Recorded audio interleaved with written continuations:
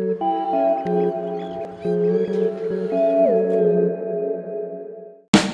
everyone, today I'm going to be showing you how to do the easiest run cycle for your LEGO animations.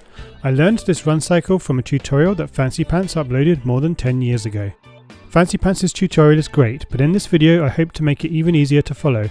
I also want to show you some different variants, show how it applies at different FPS, that is at different numbers of frames per second, and give you a handy image that you can refer to when you're doing the run cycle for the first time. So first of all, this is the run cycle that I've been using, and this is how it looks in some of my Brickfilms.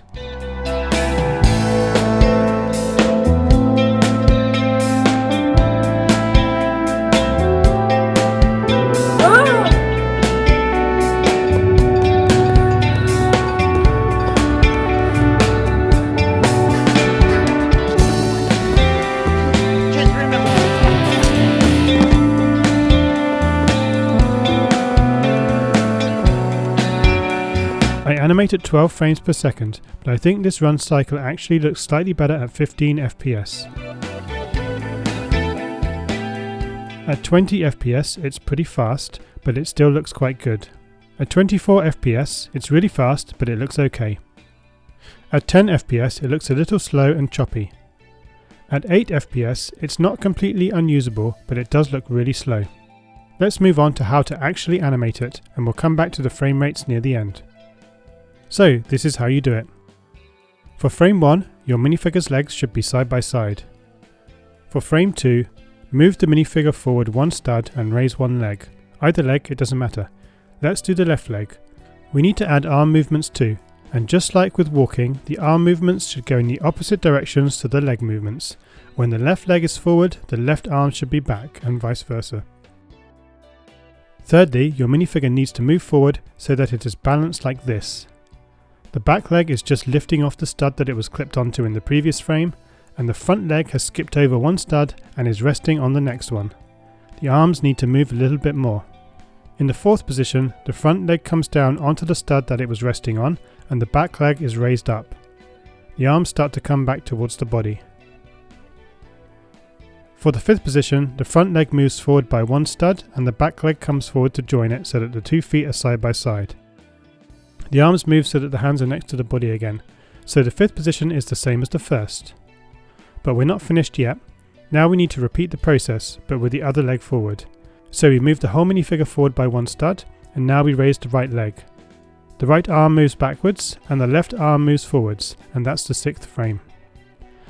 Again, we move into the balanced position, and the arms move slightly further from the body, and that's the 7th frame. The front leg comes down, and the back leg is raised. The arms start to move back towards the body, and that's the 8th frame.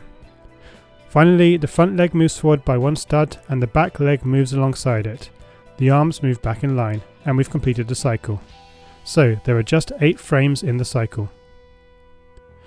Now for some slight variants. First of all, you should tilt the minifigure's body slightly forward in every frame like this. Compare the run cycle with the minifigure's body upright and tilted. The upright run looks fine and might be suited to certain characters in your animation, but the tilted run looks a bit more natural and more energetic. Secondly, consider the amount of arm movement you need. This is about the right amount. Larger arm movements will have a slightly different overall effect, making it look more like the character is sprinting. Thirdly, consider how high you raise the minifigure's front leg. To make it look natural, the raised leg should appear to follow an arc towards its destination, so it should be pointed at the stud where it's going to land in the next frame. However, if you raise the leg a bit too high, it won't look too bad. The thing you probably want to avoid is leaning the minifigure back to get even more elevation on the leg. If you do that, it will look a bit comical and choppy like this. Now, let's come back to the question of different FPS. We saw that for 20 and 24 FPS, the run looks a bit too quick. So I tested out 2 different modifications. Firstly, I tried adding an extra frame either side of these balancing frames like this. And this. The result was not very good. The run now has a rather bumbling feel to it. It's really not an improvement. So instead, I tried simply doubling up on the balancing frames, taking 2 photographs in this key position in the cycle. And here is the result.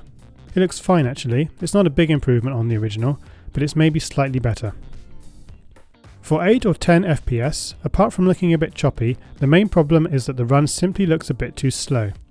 You can deal with this to some extent by just taking out frames 4 and 8 in the cycle, the frames where the front leg clips back onto the base plate after the balancing frame. If you do that, your run cycle will look like this at 10 FPS, and like this at 8 FPS. It's a slight improvement. That's frame rates.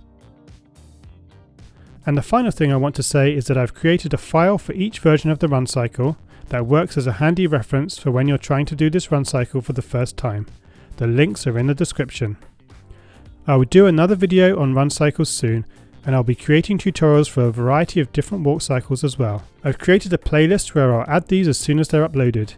I do have loads of other stop motion tutorials as well, and you'll find links to a playlist and to the individual videos in the description.